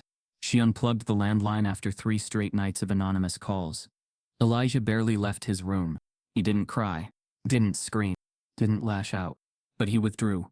Slowly, painfully, into silence. Miss Braun visited once. She brought printouts of positive messages, handwritten notes from former students, even a letter from Dr. Keller himself offering mentorship. Elijah read them all, then gently set them aside. They don't matter if the world already made up its mind, he said quietly. Desiree tried to hold strong, but she saw the wear, not on his face, but in his posture, the way his shoulders curled in, the way he didn't look up when she spoke. She sat next to him one night, her voice calm but raw. You don't have to carry this. I'm not trying to carry it, he replied. I just don't know where to set it down. Because how do you fight a war you didn't start? How do you explain to strangers that your gift doesn't come with a scheme? How do you breathe when every breath is dissected? His story was no longer his own. It belonged to public opinion now. It belonged to algorithms, headlines, and agendas. But beneath the exhaustion, he never broke. Even as his world narrowed, his mind kept thinking. About equations, about paradoxes, about entropy. There was a part of him, untouched, still humming, still knowing that something deeper was at work here. And then, just as the noise seemed unbearable, a letter arrived. No return address. Handwritten. Simple envelope. Inside, folded carefully, was a single page. Dear Elijah, you don't know me, but I knew someone like you once. The handwriting was neat, aged. In 1963, I solved a set of physics problems in Mississippi. I was 14. My teacher told me to stop showing off. I was never mentioned again. You are not alone. You are not the first. But you may be the loudest. And they are scared. Not of what you did, but what you I watched your story, and I wept. Not for what they did to you, but for how familiar it all felt. They want you to believe you imagined your brilliance, but some of us never forgot what it looks like. Don't let them erase you. You've already written the proof. It wasn't signed, but Elijah read it twice, then 3 times. And the corners of his mouth lifted, not into a smile but into something closer to defiance. Because for the first time in weeks, someone hadn't asked for validation. They gave him history. They gave him legacy. They gave him context. That same night, as Elijah sat at his desk with the letter beside him, Desiree entered holding her phone, her eyes wide. They just announced a town hall, she said. Public. Live streamed. Elijah looked up. For what? Desiree swallowed. For you. The letter had barely settled on Elijah's desk before the truth began to rise behind it. Not like a bombshell, but like the slow, powerful lift of something long buried. Elijah stared at the handwriting again. The words, the weight. He knew this voice. He didn't say anything right away, but his mind clicked open a hidden drawer, one he hadn't touched in months, maybe even longer. He remembered the small regional library 4 years ago. He'd been 12, curious, quiet, wandering between the shelves during a local science fair. Not one of the presenters, just a kid watching from the back. That's when he first met Dr. Franklin Rhodes. At the time, he was just the man with the notebooks.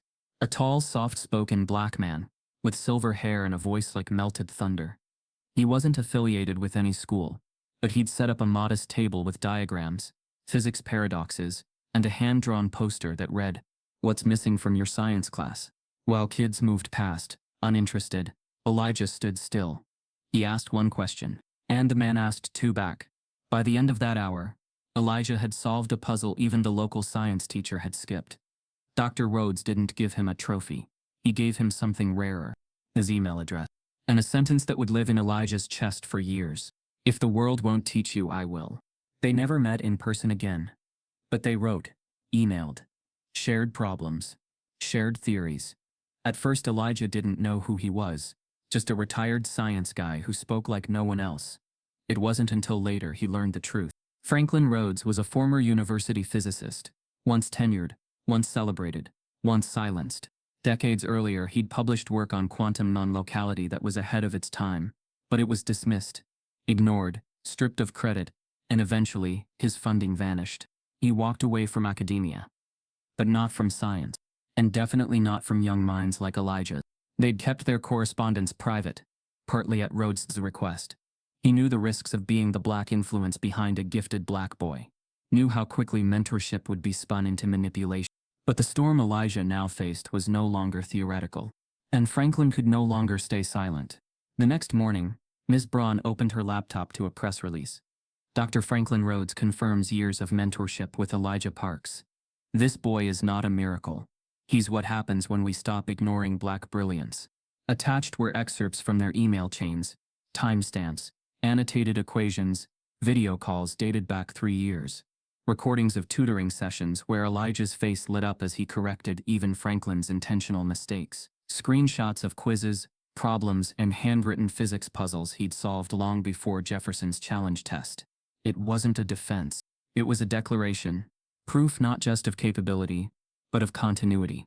He didn't just wake up one day knowing physics, Franklin said in the recorded interview. He learned, studied, questioned, but most importantly, no one saw him. He paused, voice trembling slightly. Until now. Within hours, the internet exploded again, but this time with a different tune. Elijah the Genius began trending again, but now it was paired with Dr. Rhodes was right. Black mentorship matters. Teach the ignored. Let them learn. The letter Franklin had originally sent Elijah was now reprinted in The Atlantic, framed not just as a note to a student, but as a eulogy to lost potential, and a call to protect what was left. Desiree cried when she read it again, not because her son was finally believed, but because someone else had believed him all along. In a surprise press conference, Dr. Rhodes stepped to the podium outside his modest home. Dozens of reporters waited. A CNN van idled nearby. He wore a brown suit, slightly wrinkled, and carried nothing but a folder of letters. He didn't use a teleprompter. He didn't need to. "My name is Dr. Franklin Rhodes," he began, "and I'm here to talk about what happens when we choose silence over support." He detailed Elijah's growth, his own past, the invisible barriers that stretched between brilliance and opportunity, and how Elijah had climbed over every single one. "He's not a miracle," Franklin repeated. "He's a mirror, a reflection of all the children we've doubted, dismissed, or delayed." The clip reached 14 million views in 3 days. MSNBC ran a segment titled, "Meet the Mentor Who Defended Genius." Scientific journals began referencing Elijah's test as a modern example of academic gatekeeping. Harvard professors began publicly applauding Dr. Rhodes for stepping forward. But not everyone was happy. The district issued another vague statement, subtly implying they had no prior knowledge of this off-campus tutoring relationship. Legal advisors questioned the influence of unsanctioned academic coaching on test credibility. Principal Harris released a memo to faculty discouraging further escalation of media attention. But it was too late. Elijah's story was no longer theirs to manage. It belonged to the country now. At school, Elijah walked through the halls quieter than ever, not because of shame, but because of magnitude. Every step he took felt like it echoed across generations. Students who once ignored him now looked on with awe or uncertainty. A few still whispered, but their whispers had lost power. In class, Mr. Whitaker kept his head down, said nothing, assigned worksheets with mechanical efficiency. He had not been seen in the teacher's lounge since the story broke, and then just when it felt like things might settle, a new ripple hit the surface. An email from a national broadcast network. Subject line: confirmed participants, national debate on race, education and giftedness. Elijah's name was listed as a guest, alongside Dr. Rhodes, Ms. Braun, and 2 civil rights educators. At the bottom, in bold, invited to represent Jefferson High School, Mr. Edward Whitaker.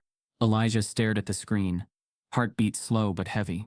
Miss Braun leaned over his shoulder, reading the invitation with tight breath. "They're putting you on the same stage," she murmured, "with the man who tried to erase you." Elijah didn't flinch. He just whispered one line. Then let him watch me prove it again. The world had finally started to call Elijah Parks by his name. Not that black kid from Jefferson. Not the cheater.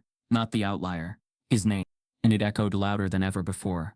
Letters poured in, not just from MIT, Caltech, Stanford, Berkeley, each one more eager than the last. Some offered early admission, others full scholarships tied to STEM leadership initiatives. One proposal came handwritten, from a Nobel-winning physicist who wrote, simply, "We've never seen someone like you. Join us."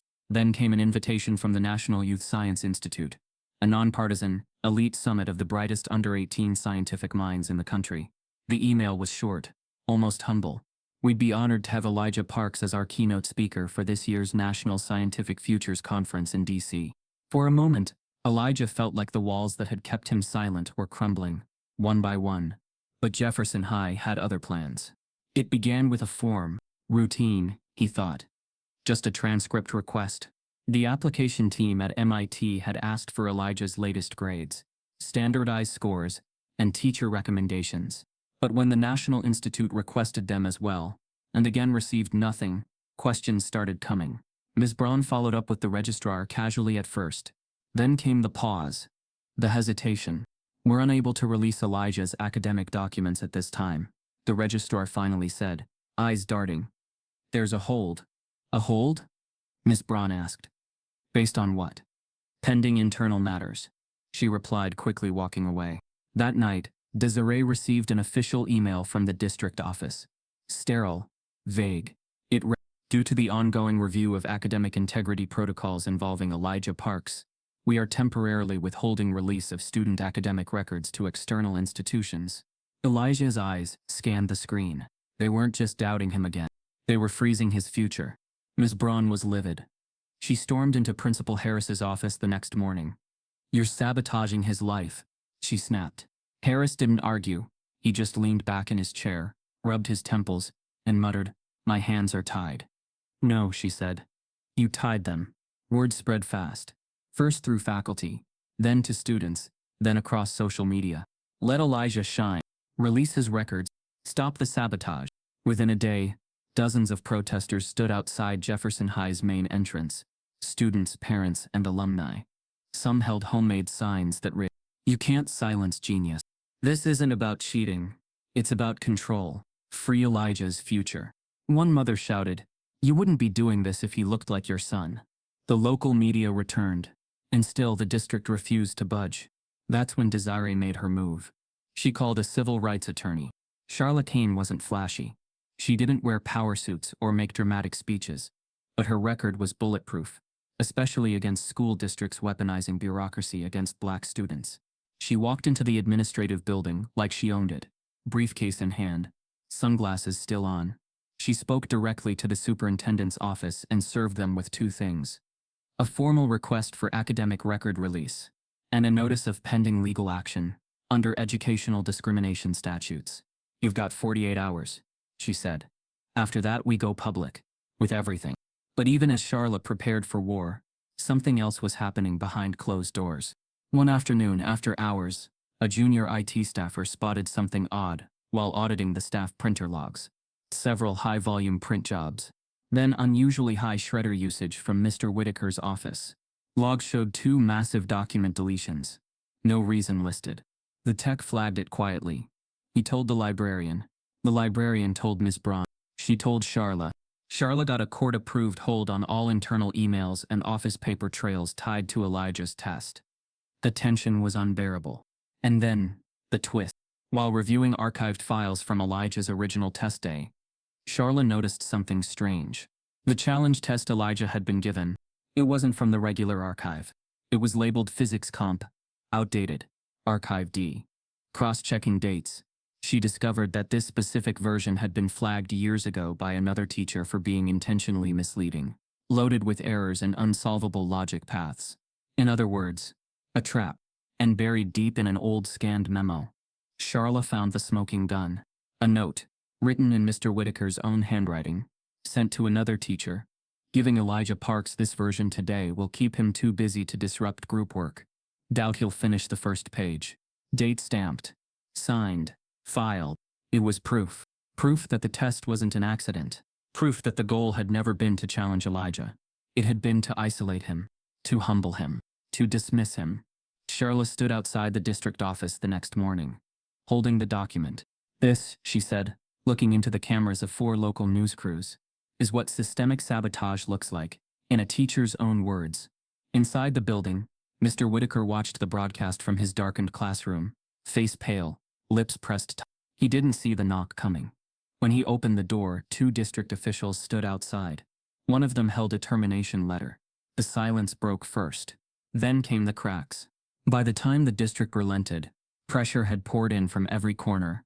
Legal threats, public protests, scientific communities, media outrage. The proof Charlotte exposed wasn't just damning, it was irreversible. The intention behind Elijah's test had been clear, and the system's attempt to bury his brilliance had collapsed under its own weight. The district held a brief press conference. "We acknowledge that the concerns surrounding Elijah Park's academic performance have been resolved," the spokesperson said, face stiff. "His records have been released. No evidence of misconduct has been found. No apology. No accountability." Just facts peeled from their lips like they hurt to say.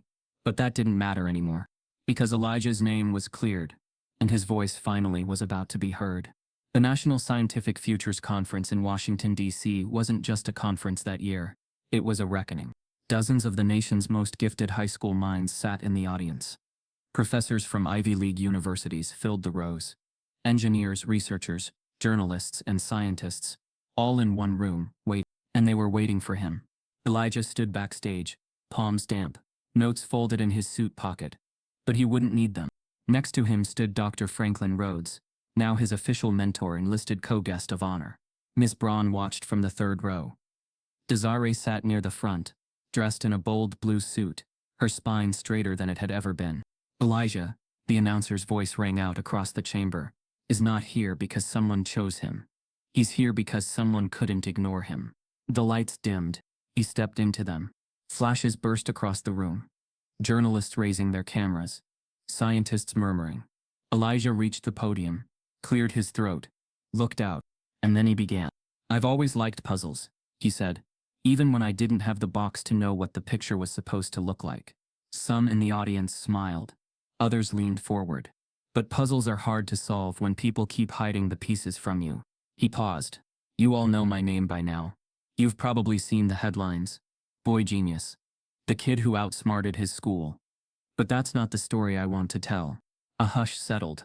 "I didn't cheat," he said, voice steady. "I learned. I worked. I studied, even when no one believed I could." His eyes scanned the room, locking eyes with student after student. "I studied quantum tunneling while they thought I was doodling. I ran particle simulations on library computers after school, while my classmates went home. I solved problems out of used textbooks I found in donation bins, not because anyone told me to, but because I needed to understand the world that didn't seem to understand me." A few gasps. No phones rang. No voices whispered. Only him. "I'm not a miracle. I'm a pattern," he continued. "A pattern that gets ignored over and over, until someone finally can't anymore." He looked toward Franklin, then his mother. "They said I was too quiet, too distracted, too average. But what they really meant was, I didn't look like genius to them. I didn't sound like it. I didn't feel like it." The words began to land like thunder. "And even after I proved myself, they tried to erase it. They held my records, blocked my opportunities, questioned my integrity." He paused again, let the weight of it settle. "But I'm still here." Applause began, small at first, then louder, then rising.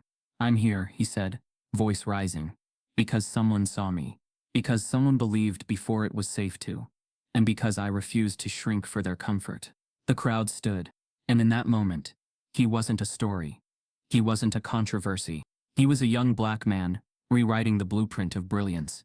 His speech aired nationally that evening. It was replayed across news channels, educational forums, and social media. Commentators called it a defining speech of a generation. Others compared it to early footage of civil rights leaders. But to Elijah, it wasn't about noise. It was about clarity. Back home, Mr. Whitaker quietly resigned.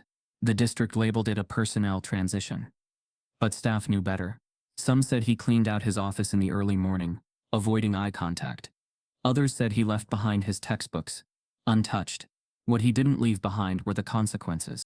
A formal investigation followed, not just into him, but into Jefferson High's academic equity practices. Miss Braun, elevated by the public spotlight, was offered the role of academic integrity director for the district. She accepted, but only on the condition that the district start a gifted mentorship program specifically targeting underrepresented students. They agreed. Elijah, meanwhile, had decisions to make. MIT, Caltech, Stanford, NASA, even a private invitation from CERN in Switzerland for a summer observational program. But what stunned him most was a package from NASA. Inside, a letter of mentorship, an invitation to their early talent quantum mechanics lab, a full-ride scholarship, and a handwritten note from a lead scientist. "We don't want to just teach you. We want you to teach us too," Desiree cried when she read it aloud. But Elijah, he just stared quietly, nodded once, and whispered. Finally, a month later, Elijah left for the summer mentorship with NASA.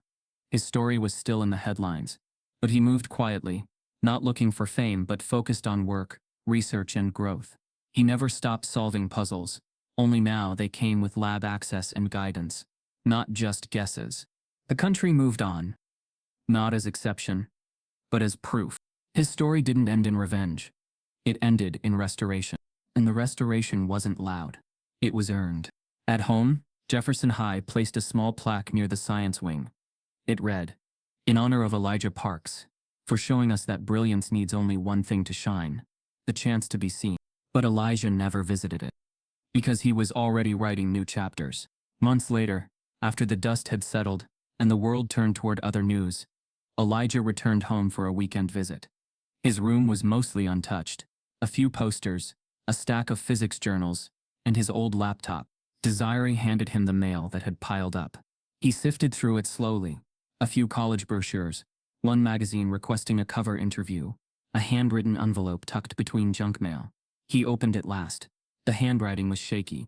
"Dear Elijah, my name's Marlon. I'm 14. I saw your video. My teacher says I talk too much and daydream, but I like numbers. I like space. I don't know how to get good at science, and nobody here thinks I can. Can you help me? Even just a little?" Elijah closed the letter. His eyes didn't water, but his voice broke slightly when he called down to his mom. "Hey, Ma?" "Yeah, baby." He held up the letter. "I think I'm gonna need some stamps." If you've ever been judged before you had a chance to speak, if you've ever watched potential be punished instead of praised, then you know Elijah's story isn't rare, it's repeated. Type yes if you believe Black brilliance deserves to be seen. Subscribe if this broke your heart.